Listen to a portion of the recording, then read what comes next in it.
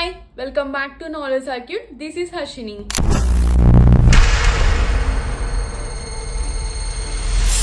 Trump to impose 100% tariff on branded pharma products from October 1st.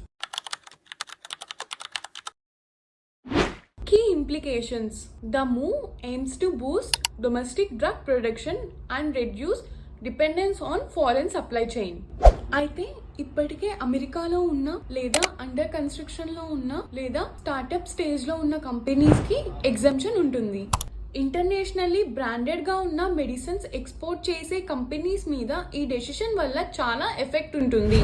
Indian generic companies manufacturers పైన అంత effect ఉండకపోవచ్చు, ఎందుకంటే చాలా companies కి ఆల్రెడీ యుఎస్ లోనే మ్యానుఫ్యాక్చరింగ్ యూనిట్స్ ఉన్నాయి లేదా మోస్ట్లీ జెనరిక్ ఎక్స్పోర్ట్స్ లో ఉన్నాయి.